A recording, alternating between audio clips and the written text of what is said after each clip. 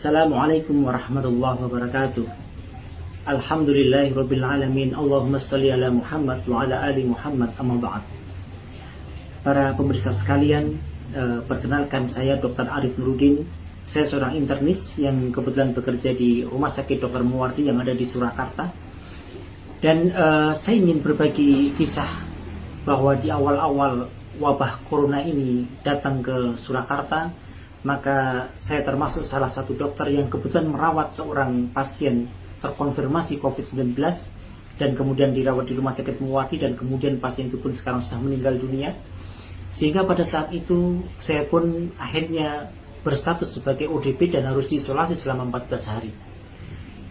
Saya ingin berbagi tips-tips apa saja yang saya lakukan selama 14 hari ketika diisolasi tersebut, tapi dari sisi rohaniyah. Karena saya yakin kalau dari sisi jasmaniyah, dari sisi kesehatan, para dokter, para ahli sudah memberikan banyak sekali masukan-masukan hal-hal apa saja yang mesti dilakukan ketika isolasi 14 hari. Maka saya di sini akan menyampaikan dari sisi rohaniyah. Karena saya yakin bahwa sisi rohaniyah ini pun tidak kalah pentingnya dalam menyokong kesembuhan pasien yang terkonfirmasi COVID-19. Para pemirsa sekalian, hal yang saya lakukan yang pertama kali adalah bahwa kita semua sangat paham. Semua orang yang mengalami isolasi 14 hari, baik berstatus sebagai OTG, ODP, PDP, ataupun bahkan confirm COVID-19, pasti akan mengalami stres yang sangat hebat. Pasti akan mengalami panik, cemas, gelisah, karena jauh dari keluarga, bingung, ketakutan, dan lain sebagainya. Dan hal ini akan menurunkan daya dalam tubuh kita, dan sungguh obat-obat yang diberikan menjadi tidak efektif kalau daya tahan tubuh kita tidak baik. Oleh karena itu, hal pertama yang saya lakukan dan saya sarankan untuk dilakukan adalah meriset ulang psikis kita, memperbaiki psikis kita, menghilangkan stres sejauh-jauhnya. Dengan cara apa? Yang pertama, kita berbaik sangka kepada Allah Subhanahu wa Ta'ala. Sungguh Allah sangat sayang kepada kita, sehingga Allah berikan penyakit ataupun status kita ODP, OTG, PDP ataupun confirm, karena sungguh Allah sangat sayang kepada kita. Dalam sebuah hadis qudsi Allah Subhanahu wa Ta'ala berfirman, demi kejayaan dan keagunganku, kata Allah, maka sungguh jikalau aku menghendaki kebaikan kepada seseorang, maka sungguh akan aku berikan kepadanya musibah dalam bentuk penyakit, dalam bentuk kegalauan hati, kegundahan hati, dalam bentuk kerugian hartanya, dalam bentuk musibah-musibah yang lain. Hingga dengan itu semua Allah akan bisa menghapuskan dosa-dosanya. Kemudian Allah melanjutkan, jikalau dengan itu semua kok dosanya masih tetap ada, maka Allah akan sakitkan ketika sakaratul maut, supaya betul-betul dosanya habis, dan ketika menghadap Allah kelak sudah dalam kondisi bersih dari dosa. Hadis qudsi ini menunjukkan bahwa sungguh orang yang Allah takdirkan musibah kepadanya, berikan musibah, menunjukkan kalau Allah sangat sayang kepada kita, Allah ingin menghapuskan dosa-dosa kita. Dalam hadis yang lain, dalam hadis riwayat Bukhari Muslim, Rasulullah SAW menyampaikan, ma yusibal muslim min nasbin wala wasbin wala hammin wala hazan wala adha wala ghammin hatta syaukata yushakiha illa kafarallahu biha min khatayah. Kata Rasulullah SAW, tidaklah menimpa seorang muslim suatu kelelahan, suatu penyakit, suatu musibah, suatu kesedihan, kesusahan, suatu rasa gundah gulana hati, ya. Bahkan kata Rasulullah SAW, bahkan duri yang menyentuh ataupun menusuk kakinya pun, atau lebih ringan dari itu kata Rasulullah SAW, maka dengan itu semua Allah akan gugurkan dosa-dosa orang tersebut jika orang itu sabar dalam menghadapinya. Ini artinya bahwa penyakit yang Allah timpakan kepada kita, entah itu COVID-19, entah itu penyakit yang lain, sungguh Allah ingin menghapuskan dosa-dosa kita lantaran penyakit itu. InsyaAllah dengan cara pemikiran seperti ini, maka ini akan meriset psikis kita, akan kembali tenang hati kita dalam menghadapi isolasi 14 hari ini. Kemudian para pemirsa sekalian, Rasulullah SAW juga menyampaikan dalam hadis yang cukup banyak, bahwa sungguh orang yang beriman itu Allah akan uji orang tersebut. Bahkan Allah sampaikan dalam Quran surat Al-Ankabut, ya, bahwa apakah kamu merasa tenang setelah kamu hanya mengatakan beriman saja tanpa ujian dari Allah Subhanahu wa taala. Artinya, kalau kita ingin dikatakan beriman, maka sungguh Allah akan uji kita. Baik itu dengan penyakit, dengan musibah, ataupun dengan yang lainnya. Dan sungguh Allah akan naikkan derajat kita jikalau kita lulus ujian dalam menghadapi penyakit seperti ini dengan kesabaran yang luas. Ini yang saya lakukan pertama kali, dan saya sarankan kepada teman-teman sekalian lakukan untuk meriset psikis kita agar tenang dalam menghadapi isolasi 14 hari ini. Dan yang kedua yang saya lakukan ketika isolasi 14 hari adalah memperbanyak doa. Dan ini sungguh sangat saya sarankan kepada teman-teman yang sedang mengalami isolasi, karena doa adalah senjata yang paling ampuh buat kaum muslimin. Tidak ada satupun yang melebihi kedahsyatan doa. Bahkan itu obat yang paling ampuh pun tetap lebih mujarab doa kepada Allah Subhanahu wa taala. Bahkan dikatakan dalam hadis, dalam kitab Targhib wa Tahrib, dikatakan la yaruddul qada illa du'a. Dalam lafaz yang dikatakan la yaruddul qadar illa du'a. Bahkan tidak ada yang bisa merubah qada maupun qadar illa du'a, kecuali doa. Jadi perbanyak doa. Jika Allah sudah tuliskan di Lauhul Mahfuz, dalam kitab Lauhul Mahfuz tentang sesuatu kejadian, maka itu bisa dirubah dengan doa. Ini hadis Rasulullah SAW menyatakan seperti itu. Maka berdoalah dengan khusyuk kepada Allah Subhanahu wa taala. Angkatlah tangan kita setinggi-tingginya, berdoa mohon kepada Allah Subhanahu wa taala. Apa yang perlu dipohonkan? Yang pertama, istighfar kepada Allah Subhanahu wa taala. Perbanyak baca istighfar. Karena kata Allah Subhanahu wa taala, istighfar itu akan mengguncangkan arsy Allah Subhanahu wa taala. Istighfar itu selain Allah akan ampuni dosa-dosa kita, maka Allah akan kabulkan semua doa kita lantaran istighfar ini. Maka perbanyaklah pada istighfar. Astaghfirullahaladzim, astaghfirullah wa atubu ilaihi, ataupun yang lain. Kemudian yang kedua, baca doa. Dan Rasulullah SAW mengajarkan kepada kita kumpulan doa-doa agar kita terhindar, terselamatkan dari wabah, dari musibah, dari penyakit dan lain sebagainya. Dalam kitab Al-Ma'surat, dalam zikir pagi dan petang Al-Ma'surat ini sudah banyak sekali doa-doa yang ditunjukkan Rasulullah SAW. Jadi saran saya ketika isolasi 14 hari, jangan sampai terlewatkan zikir pagi dan petang dengan membaca doa-doa dari Rasulullah SAW. Di sini banyak sekali doa yang diajarkan Rasulullah SAW. Contohnya adalah dalam sebuah hadis disampaikan, barang siapa yang mengucapkan Bismillahirrahmanirrahim la yadurru ma'asmi syai'un fil ardi wala fis sama' wa huwas samiul alim, dengan penuh kekhusyuan dan kerendahan hati kepada Allah Subhanahu wa taala, maka Allah akan jauhkan dirinya dari wabah, penyakit, dari musibah dan lain sebagainya. Ini penting, dan itu ada dalam doa zikir pagi dan petang ini. Bismillahirrahmanirrahim, dengan nama Allah yang dengan namanya la yadurru ma'asmi syai'un, tidak ada yang mampu menimbulkan kemudaratan fil ardi wala fis sama, di bumi maupun di langit, dan sungguh Allah Maha mendengar dan Maha mengetahui. Ini doa yang sangat mujarab yang Rasulullah SAW ajarkan kepada kita untuk kita terhindar dari wabah penyakit. Dan masih banyak doa-doa yang lain dalam kumpulan doa zikir pagi dan petang ini yang bisa kita baca setiap habis asar dan setiap habis subuh. Baca doa zikir pagi dan petang, jangan sampai terlewatkan. Di samping itu, pada waktu-waktu yang mustajab, pada sepertiga malam yang terakhir, bangun kemudian salat tahajud semampunya. Kemudian setelah itu ketika sujud pada salat tahajud, berdoalah kepada Allah Subhanahu wa taala dengan menangis, mohon ampun kepada Allah, mohon dibebaskan dari segala macam penyakit, mohon dihindarkan dari segala macam wabah dan lain sebagainya. Kemudian berdoa lagi ketika habis adzan, antara adzan dan iqamah. Kemudian pada sujud-sujud terakhir dan lain sebagainya. Maka perbanyaklah doa, karena doa itu kata Rasulullah SAW, ad-doa huwal ibadah, doa itu merupakan ibadah. Dan Allah sangat suka, Allah sangat cinta kepada orang-orang yang mau menengadahkan tangan berdoa kepada Allah Subhanahu wa taala. Teruslah berdoa. Basahi bibir ini dengan lafal-lafal doa kepada Allah Subhanahu wa taala, dengan istighfar, dengan taubat, dengan doa-doa yang lain. Fa insyaallah Allah akan kabulkan, Allah akan berikan kesembuhan lantaran doa-doa kita. Dan yang ketiga yang saya lakukan adalah setiap detik demi detik di dalam isolasi itu tidak ada hal lain yang saya lakukan kecuali selalu ada Al-Quran di samping saya. Habiskan waktu kita untuk membaca Al-Quranul Karim. Kalau bisa khatamkan 30 juz dalam 14 hari isolasi tersebut.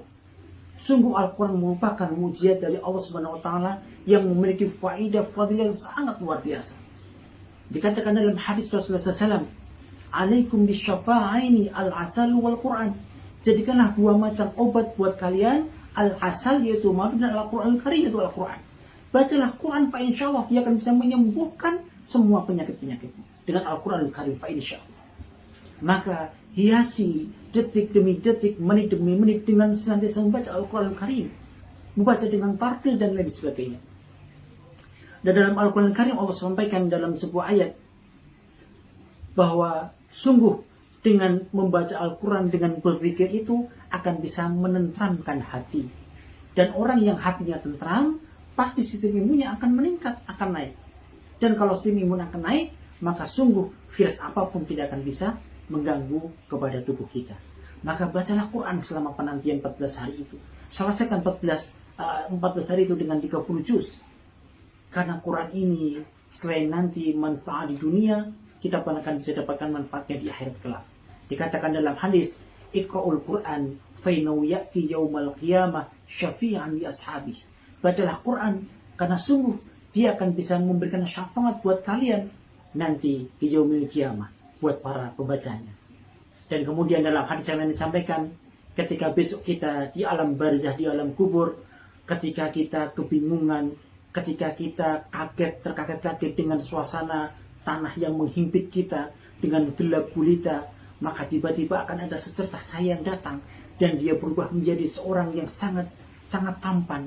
Dan dia mengatakan, "Aku adalah Al-Quran, aku adalah bacaan Quranmu yang kau baca setiap hari. Maka sungguh aku akan menemanimu di alam barzah sampai dengan nanti yaumil qiyamah." Maka bacalah Quran selama 14 hari ini. Dulu ketika kita sibuk dengan urusan dunia, tidak pernah sempat, bahkan menyentuh Quran pun tidak sempat. Maka saat inilah saat yang paling tepat Allah inginkan kita baca Quran selama 14 hari ini dengan maksimal waktunya untuk membaca Al-Quran Karim. Para pemirsa sekalian, selanjutnya yang saya lakukan ketika penantian 14 hari di isolasi tersebut, kita semua paham bahwa mungkin kita jenuh dengan ritual-ritual yang kita lakukan. Maka sekarang ada fasilitas video call, maka teleponlah, jalinlah tali silaturahim dengan orang-orang yang sudah lama tidak pernah bertemu, telepon. Karena sungguh silaturahim itu, menjalin tali silaturahim itu akan memperpanjang umur kita.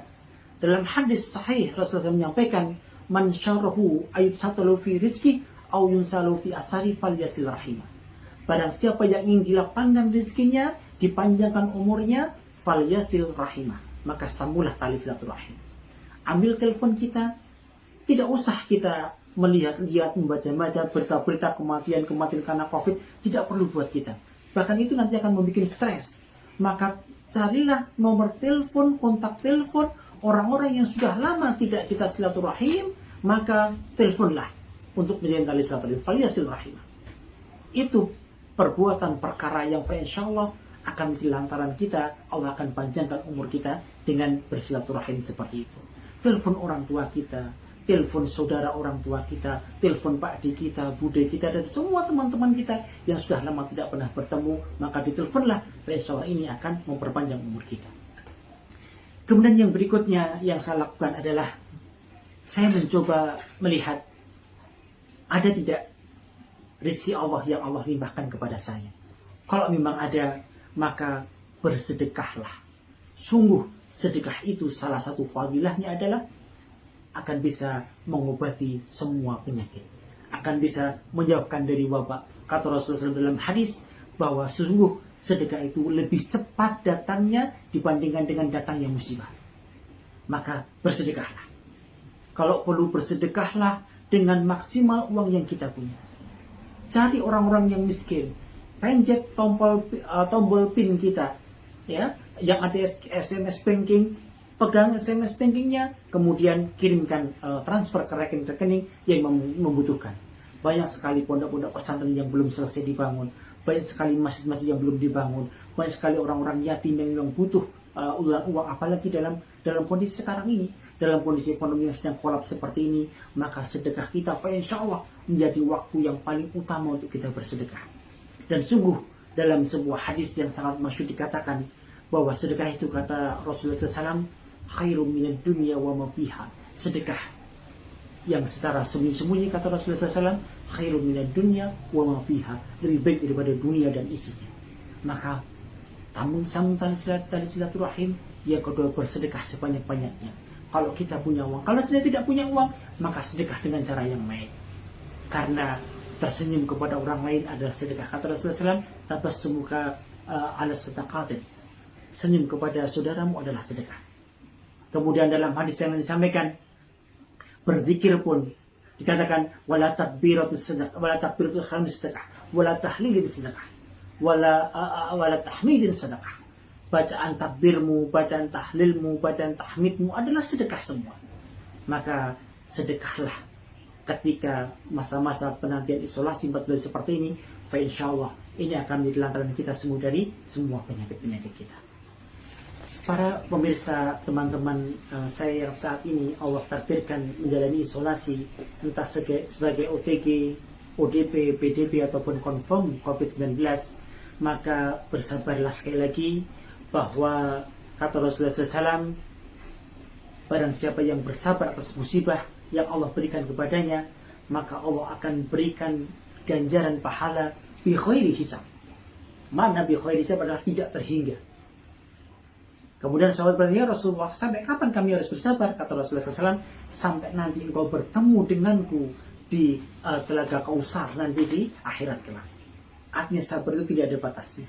Apa definisi sabar? Sabar adalah tidak mengucapkan, tidak melakukan perkara-perkara yang Allah tidak ridho. Maka tidak boleh kita mengeluh, tidak boleh kita menyalahkan, tidak boleh kita bersulo dalam istilah Jawanya menghadapi isolasi selama 14 hari ini. Maka insyaallah kesabaran kita ini akan membuahkan hasil yang sungguh sangat luar biasa. Allah akan datangkan kesembuhan kepada kita, dan Allah akan berikan pahala kepada kita bi khairi hisab, dengan pahala yang tidak terhingga. Teman-teman sekalian yang sedang mengalami isolasi selama 14 hari, maka terakhir saya sampaikan, jadikanlah isolasi 14 hari ini sebagai pintu hijrah kita. Jadikanlah isolasi 14 hari ini sebagai evaluasi diri kita, merenung kita. Selama ini, umur yang kita habiskan selama ini, apakah sudah cukup ketika nanti Allah panggil diri kita? Apakah sudah cukup bekal ibadah yang kita lakukan untuk menghadap kepada Allah Subhanahu wa Ta'ala? Atau malah lebih banyak dosa yang kita lakukan selama ini?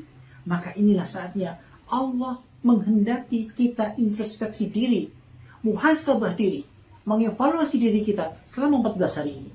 Sehingga nanti ketika keluar dari isolasi 14 hari ini, kita berubah menjadi orang-orang yang hanya Allah tujuan hidup kita, yang tidak lagi peduli dengan ambisi-ambisi duniawi, yang hanya Allah tujuan kita.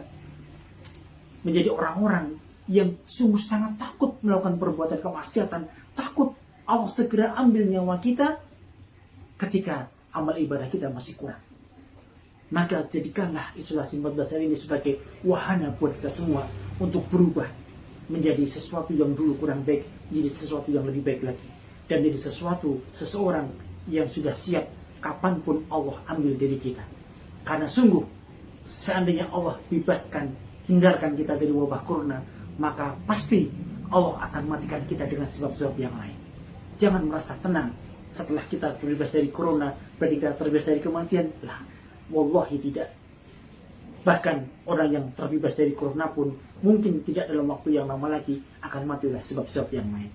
Semuanya sudah Allah tetapkan garisnya, dan kita hanya bisa menjalani dengan penuh kesabaran dan ikhlas. Teruslah bersyukur kepada Allah Subhanahu wa Ta'ala bahwa saya, panjenengan semua, termasuk orang-orang yang Allah berikan kesempatan muhasabah selama 14 hari, merenungi dosa-dosa kita dan berubah menjadi orang yang lebih baik. Terima kasih, mudah-mudahan ada manfaatnya. Teruslah semangat dan berjuang melawan COVID-19 ini. Insya Allah, Allah akan segera selesaikan kesulitan-kesulitan ini. Allah akan segera gantikan dengan perkara-perkara yang sungguh sangat indah di lain waktu. Terima kasih, barakallahu fikum. Semoga Allah memberikan berkah kepada panjenengan semua. Assalamualaikum warahmatullahi wabarakatuh.